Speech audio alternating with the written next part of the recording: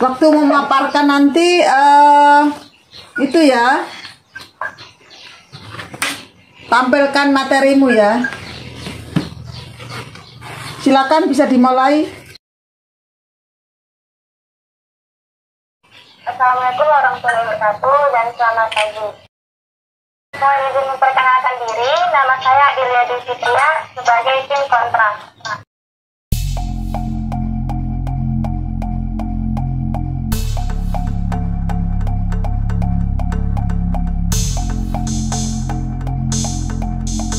Assalamualaikum warahmatullahi wabarakatuh dan selamat pagi. Mohon izin memperkenalkan diri, nama saya Adelia Fitria sebagai tim kontrak. Saya Alia Mevina sebagai tim pro. Saya Gadis Fauzia sebagai tim pro. Saya Maulida Kitampulan sebagai tim kontrak. Baik, pada kesempatan kali ini kami akan membahas topik penggunaan bahasa asing dalam komunikasi sehari-hari menunjukkan kurangnya rasa nasionalisme seseorang. Baiklah, tidak perlu berlama-lama, langsung saja saya persilahkan kepada setiap tim untuk mengemukakan pendapatnya mengenai topik tersebut. Ini akan mulai. Menurut saya, penggunaan bahasa asing di kalangan remaja dapat membuat anak-anak jauh dari rasa nasionalisme. Di sini saya sering mendengar banyak remaja berkomunikasi menggunakan bahasa Indonesia dicampur dengan bahasa asing, yang menyebabkan bahasa Indonesia semakin tinggi. Saya tidak setuju. Menggunakan bahasa Indonesia dalam berkomunikasi bukan berarti mengurangi rasa nasionalisme.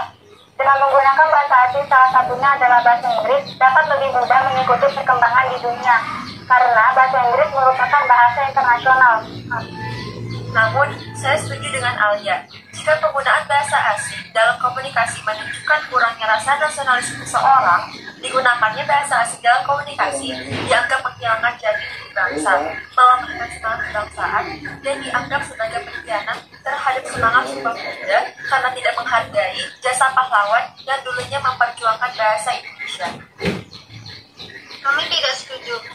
Justru, dengan mencoba berbahasa lain, banyak warga negara Indonesia yang pengetahuannya bertambah kosakatanya, dan itu jelas tidak menghilangkan rasa cinta seseorang terhadap negara aslinya. Tapi menurut saya, bahasa asing sangat berdampak dalam perkembangan bahasa Indonesia.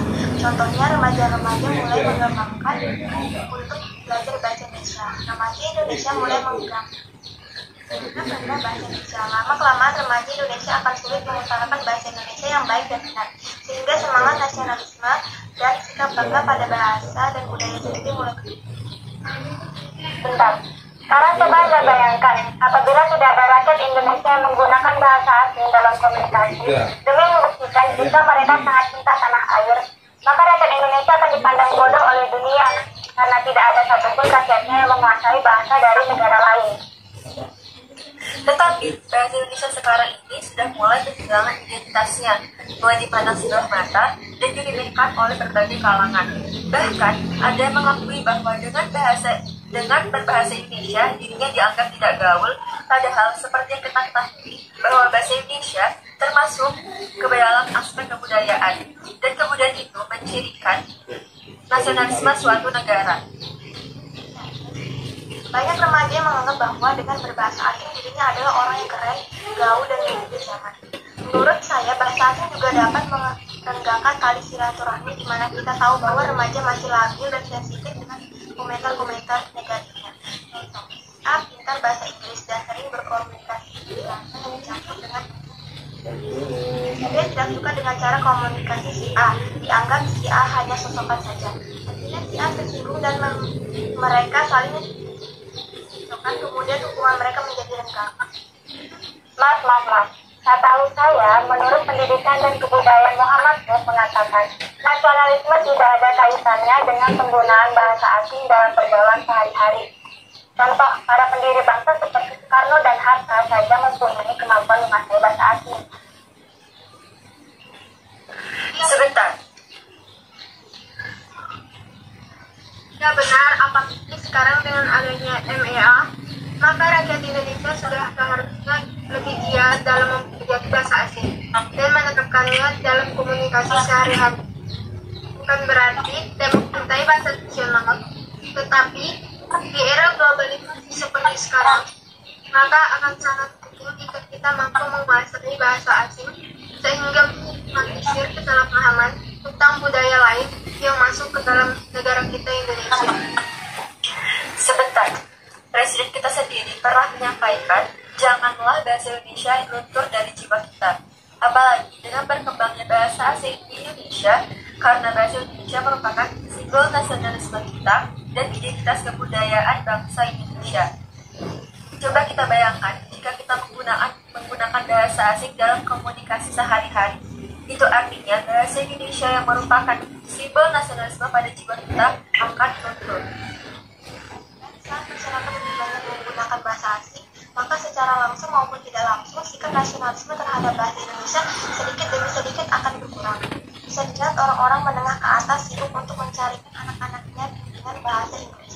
Bagi pemerolehan bahasa anak juga pada pribadi anak yang menjadi tidak begitu bisa atau bahkan bahasa daerah sebagai bahasa yang ia kenal pertama kali dalam kehidupan.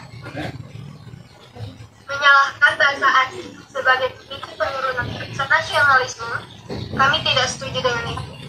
Jika berkurangnya itu tergantung dari individunya lagi. Bila dia memiliki rasa nasionalisme yang tinggi, tentu tidak akan terkikis rasa nasionalismenya hanya karena menggunakan bahasa asing dalam kesehariannya. Ya, jika individunya menganggap bahwa bahasa asing yang ia gunakan hanya sebagai pengetahuan tambahan, itu tidak akan mengurangi rasa nasionalismenya.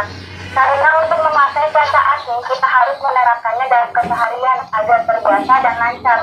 Zaman sekarang kita harus berpikiran terbuka, jangan hanya menyalahkan satu faktor saja. Jika diteliti lebih dalam, pasti akan muncul faktor-faktor lain yang mengurangi rasa nasionalisme tersebut. Bagaimana? Oke. Sepertinya cukup dari perbincangan kami di sini. Kurang lebihnya mohon dimaafkan. Kami akhiri. Wassalamualaikum warahmatullahi wabarakatuh dan selamat pagi. Ya. Terima kasih ya. Nanti materinya kirim ke Ibu ya. Ibu lihat dulu ya kan. Kelihatannya semuanya sudah berbicara sesuai dengan porsinya masing-masing, sesuai dengan timnya masing-masing. Dan materinya cukup bagus. Ibu kasih 2 jempol. Silakan nanti kirim ke WA Ibu materinya ya. Terima kasih. Assalamualaikum. Waalaikumsalam. Terima kasih Bu. Ya.